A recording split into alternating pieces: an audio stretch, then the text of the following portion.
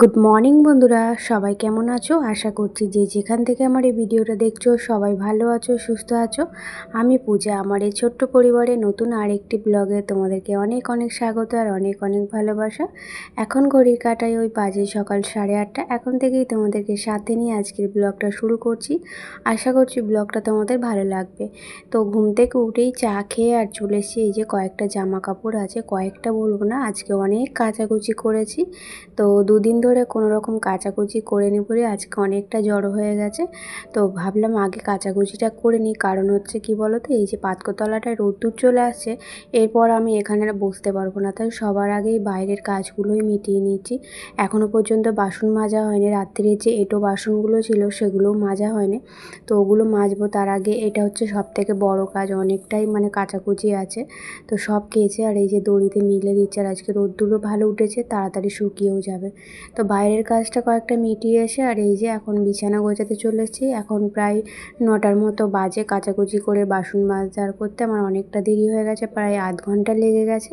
তারপরে মেয়েকে ডাকলাম, এসে মেয়ে ঘুম থেকে উঠলো। আমি এখন বিছানাটা গুছিয়ে নিচ্ছি, নিয়ে তারপরে যাব রান্নার দিকে। মেয়ে আজকে বেলা পর্যন্ত ঘুমাবে বলেছিল কালকে রাত্রিরে, আমি বিছানাটা তোলার জন্যই ওকে তুলে দিলাম। আসলে কি বলতো, পুজো করতে পারবো না বিছানাটা না তুললে। তো হাজব্যান্ড একটু পরেই চলে আসবে, এসেই পুজো করবে।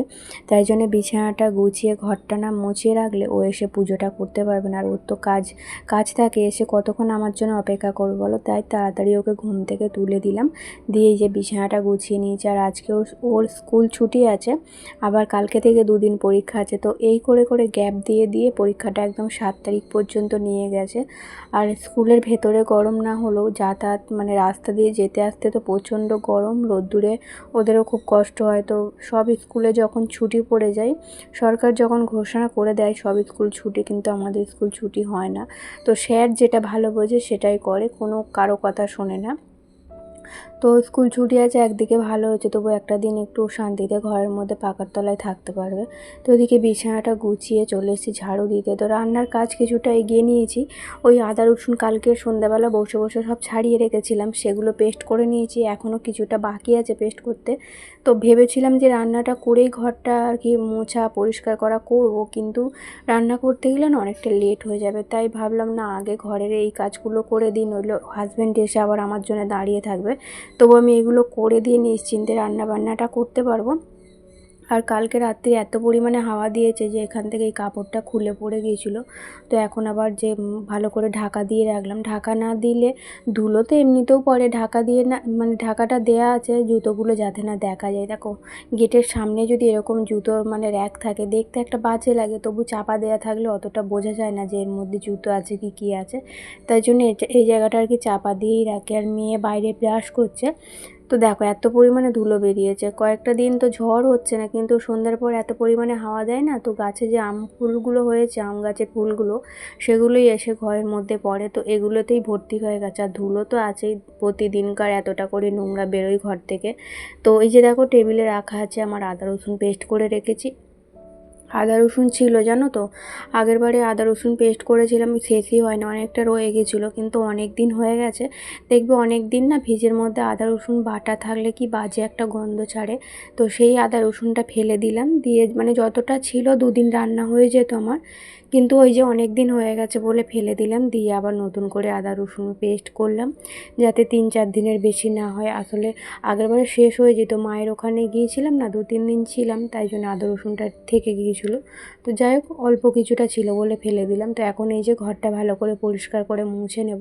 তো মোছার পর না বেশ ঘরটা দেখতে সুন্দর লাগে, একদম ফ্রেশ ফ্রেশ লাগে, বেশ ভালো লাগে হাঁটাচলা করতে, ঘরের কাজকর্ম করতে। সকালবেলায় ঘর মোছার পর কিছুক্ষণ ভালো লাগে। তারপরে ওই বেলার যেমন থাকে আর কি, বাসি ঘর, ঘর মোছার আগে ঘর ঢালান যেমন থাকে তেমনই নোংরা হয়ে যায়। কালকের তুলনায় আজকে কিন্তু গরমটা খুবই পড়েছে, কিন্তু আজকে আমার অতটা কষ্ট হচ্ছে না। কালকে যে পরিমাণে আমার কষ্ট হচ্ছিল, কষ্টর কারণে ঘরের কাজকর্ম ঠিকভাবে করতে পারিনি, আর রান্নাবান্না তো করিনি, আলু সেদ্ধ ভাত করেছিলাম। আর আগের দিন সন্ধ্যাবেলা যেটা আজকে রান্না করব সেটা কেটে রেখেছিলাম। আজকে রান্না করব হচ্ছে এঁচোড়। সেই তোমাদের বলেছিলাম যে হাজব্যান্ড একটা এঁচোড় এনে রেখেছে বাপের বাড়ি যখন ছিলাম, তো সেটাই আজকে রান্না করব। আর হাজব্যান্ড চিংড়ি মাছ দিয়ে খাবে না বলে এমনি আর কি অন্যরকমভাবে একটু রান্না করতে বলেছে, তাই তাই আজকে সব মশলা বেটে দেবো। এই যে পেঁয়াজ, টমেটো সব এগুলো মিক্সিতে পেস্ট করবো। আর সকালে জানো তো যখন আর কি আদা রসুন পেস্ট করব বলে মিক্সিটা চালাচ্ছি, তখন দেখছি মিক্সি চলছে না। অনেকক্ষণ থেকে ট্রাই করে করে মোটে কিছুতেই হচ্ছে না, কত রকম করে ট্রাই করছি, কিছুতেই হচ্ছে না। শেষমেশ দেখছি যে পেছনের একটা লাল মতো সুইচ থাকে, সেটা দেখছি কিভাবে অফ হয়ে গেছে। তো অনেক কষ্ট, মানে ভেবেছিলাম যে আমাকে শিলেতেই কষ্ট করে বাটতে হবে। তো অনেকবার ট্রাই করার পর যখন হচ্ছিল না, তখন আবার দেখলাম, তো ওর গায়ে তো লেখা থাকে, তো সেটা দেখে আবার সুইচটা অন করে আবার মিক্সিতে আদা রসুনটা পেস্ট করলাম, করে তারপরে ঘরের কাজকর্ম মিটিয়ে নিয়ে এখন এই যে পেঁয়াজটা পেস্ট করব। তো বললাম তো আজকে সব মশলা আর কি পেস্ট করেই দেবো, যেহেতু হাজব্যান্ড বলেছে একটু অন্যরকম করে রান্না করতে, রোজ রোজ একই রকম রান্না ওর ভালো লাগে না। এর আগের বারে যতবার রান্না করেছি আর কি ওই যে চিংড়ি মাছ দিয়ে রান্না করেছি, তাই আজকে সিম্পলভাবে রান্না করব চিংড়ি মাছ ছাড়া। তো মেয়ে তো কোনো রকমভাবে এঁচোড় খেতেই চায় না, অনেক কান্নাকাটি করে এঁচোড় যেদিন রান্না হয়। তো আজকে ওকে অনেকটা বুঝিয়েছি যে আজকে অন্য রকমভাবে রান্না করছি, আজকে একটু খেয়ে দেখি। তো কী বলো তো, নইলে আবার একটা আলাদা আমাকে তরকারি বানাতে হবে শুধু ওর মতো। তো এই গরমে বলো কত রকম রান্না করব। তাই ওকে একটু বুঝিয়ে বাজিয়ে নিয়েছি, খাবে তো এক মুঠো ভাত, তার জন্য আবার আলাদা তরকারি করলে সেই তরকারিটা নষ্ট হবে। তো ওকে বলেছি এবেলা কোনো রকমে খেয়ে নে, ওবেলা তোকে একটা ডিম ভেজে দেবো, ডিম ভাজা দিয়ে রুটিটা খেয়ে নিবি। তো তাই জন্য বললো ঠিক আছে একবেলা আমি খেয়ে নেবো যা হোক করে। তো এই যে আমার এখন পেঁয়াজটা পেস্ট করা হয়ে গেছে, এখন এই যে টমেটোটা পেস্ট করব। আর এইবারে যে এঁচোড়টা নিয়ে এসছে না খুব ভালো, জানো তো, মানে যতবার এঁচোড় নিয়ে এসছে হয়, একবার নিয়ে এসেছিলো এত পেকে গিয়েছিলো, মানে দানাগুলো এত বড় বড় হয়ে গেছিলো। আর একবার নিয়ে এসেছিলো যেটার কোনো দানাই নেই, মানে কেটে কুটে কিছুই পাওয়া যায় না। তো এইবারে যেটা নিয়ে এসছে একদম মানে কি বলবো মাঝারি মতো, না বেশি দানা হয়েছে না দানা হয়নি, একদম পারফেক্ট একবারে যেটা নিয়ে এসছে। আর জানি না কীরকম সেদ্ধ হবে, আমি তো এতক্ষণ সেদ্ধই করছিলাম কিন্তু খুব একটা ভালো সেদ্ধ হচ্ছে না, অনেকক্ষণ ধরে টাইম লেগেছে, মানে যে কাঁঠালে একটু ভাপিয়ে রান্না করতে হয়, তো ভাপিয়েই রান্না করছিলাম কিন্তু সেদ্ধ খুব একটা হয়নি।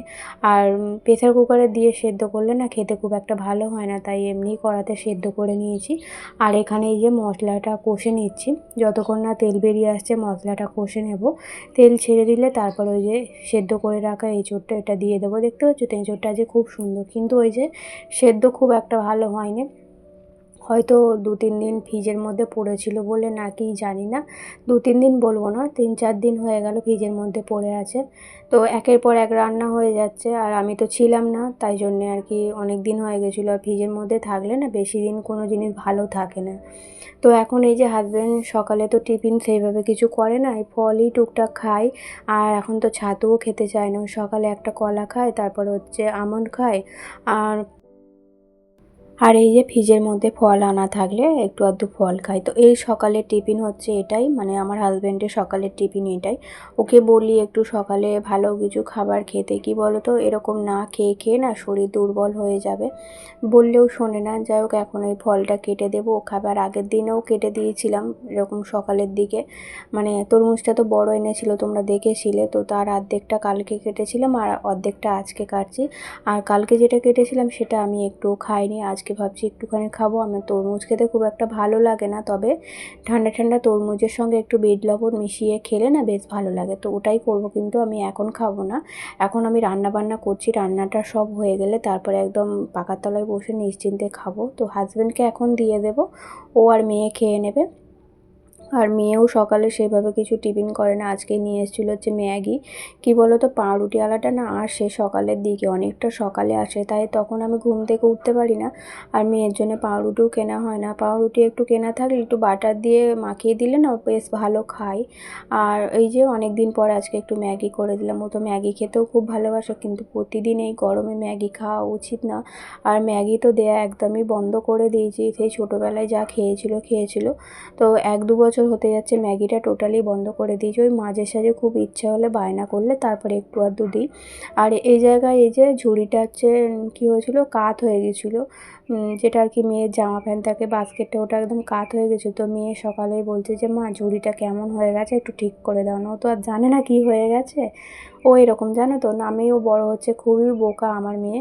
তো এমন এক একটা কথা বলে মাঝে মধ্যে যার কথার কোনো যুক্তি নেই, বোকা হলে। যাই হোক, তো ঝুড়িটা আবার রান্না করতে করতে ঝুড়িটা ঠিক করে বসিয়ে দিলাম।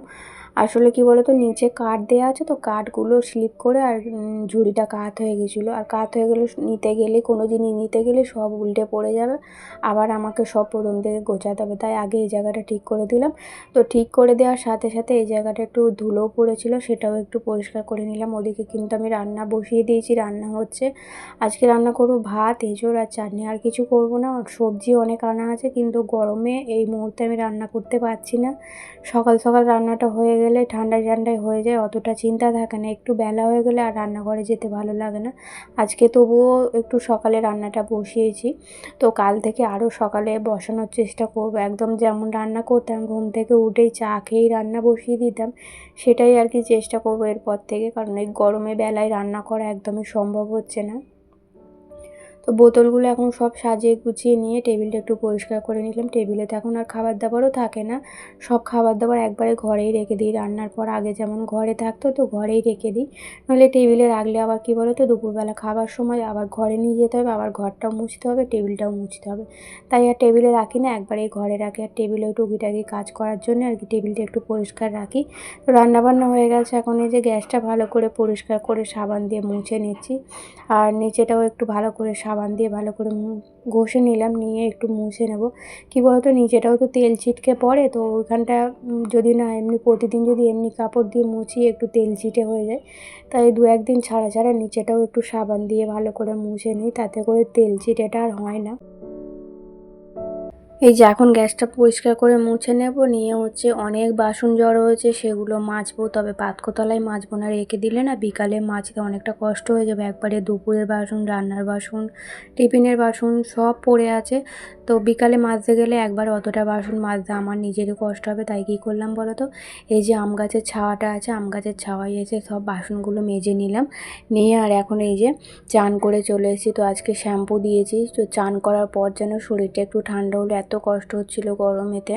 তো এখন চুলটা শুকনো করাই সব থেকে বড় কাজ। তো আমি তো জানো চুল একদম খুলে রাখতে পারি না। তো ভাবছি একটু দুপুরে পাখার তলায় শোবো, খাওয়া দাওয়া করার পর একটু শুলে চুলটা শুকিয়ে যাবে। আর চুল তো এখন বলতে গেলে সবটা উঠেই গেছে, আর আগের মতো চুল নেই, একদম অল্প কয়েকটা চুল মাথায় পড়ে আছে। তবু এটাকে যত্ন করে রাখার চেষ্টা করি। তো এখন একটু সিঁদুর পরে নেবো, যেহেতু শ্যাম্পু করেছি। আর মেয়ে ওদিকে হচ্ছে পড়তে বসেছে, কালকে হচ্ছে ওর সায়েন্স পরীক্ষা আছে, তো ওটাই আর কি পড়াশোনা করছে। ভালো করে না মুখস্থ করলে কি পরীক্ষায় আসবে না আসবে। আর আমি পড়া ধরবো, তবে এখন ধরবো না, সেই বিকালবেলা পড়তে থেকে এলে তারপরে ওর পড়াটা ধরবো, যাতে করে কোনগুলো হচ্ছে কোনগুলো হচ্ছে না সেগুলো আমি বুঝতে পারবো। সেগুলো তবু আরেকবারও পড়তে পারবে। তো এইভাবেই ওর পড়াটা আমি ধরে নিই পরীক্ষার আগে আগে, এইভাবেই ওকে আর কি পড়াই। তো যাই হোক, এখন একটু ঠান্ডা জল খাবো, ঠান্ডা গরম মিশিয়ে জল খাবো। সকাল থেকে তো জল রান্নার কাজে এতটাই ব্যস্ত হয়ে যায় না, টাইম মতো ঠিক করে জল খেতেও পারি না। আর এই গরমে বেশি করে না জল খেলে শরীর অসুস্থ হয়ে পড়বে, আর আমার তো টাইম করে জলও খাওয়া হয় না। আসলে রান্না করতে করতে বারে বারে ঠান্ডা গরম মিশিয়ে জল ফ্রিজ থেকে বার করে মেশাতে হবে, তারপরে খেতে পাবো। তাই জন্য আর হয় না। এখন একটু এই যে গ্লুকন-ডি গুলে নেবো, মেয়ের আর আমার একারই করছিলাম। তারপরে ভাবলাম না, মেয়েটা আছে, মেয়েটাও যখন খায় না আমার জন্য গুলে গুলে দেয়, মা খাবে? তো আমার জন্য বলবো না, আমার হাজব্যান্ডের জন্যও গুলে, যখন নিজে খাবার ইচ্ছা হবে সবার জন্য গুলে দেবে। তাই ওর জন্য একটু গুলে নিলাম, আর আমার জন্য একটু গুলে নিলাম। আর এমনি বোতলের জল তো সেই যেন কি বলবো ফোটানো জল হয়ে গেছে, খাওয়াই যাচ্ছে না। আমার মেয়ে তো বারে বারে ফ্রিজের জল বার করে করে ডাইরেক্ট খেয়ে নিচ্ছে, কিন্তু আমি তো ডাইরেক্ট খেতে পারি না, একটু ঠান্ডা গরম না মিশিয়ে হলে না আমি খেতে পারি না, মনে হয় জল তেষ্টাটাই মেটে নেয় এরকম মনে হয়।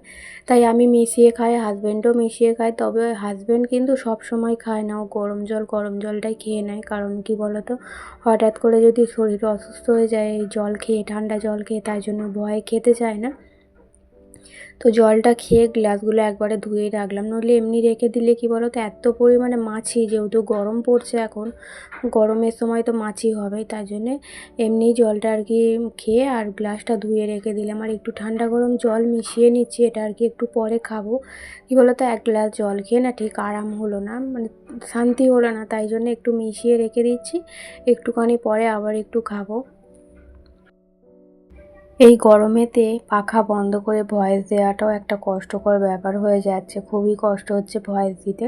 তো আমার ঘরের কাজকর্ম মিটতে চান করতে তো প্রায় 1:45 বেজে গেল। হাজব্যান্ড চলে এসেছিলো, তো একসঙ্গে সবাই মিলে তাড়াতাড়ি ভাতটা খেয়ে নিলাম। যেহেতু সকালে সেইভাবে আমাদের কেউ টিফিনটা আর করে না, আগে আগে তবু সকালে টিফিন করা হতো, কিন্তু এখন সেইভাবে আর টিফিন করা হয় না, তাই জন্য দুপুরের ভাতটা একটু তাড়াতাড়ি খেয়ে নিই। তো বন্ধুরা চলো আজকের ব্লগটা এই পর্যন্তই, দেখা হবে নতুন আরেকটা ব্লগের সঙ্গে। ততক্ষণ সবাই ভালো থেকো, সুস্থ থেকো, টাটা।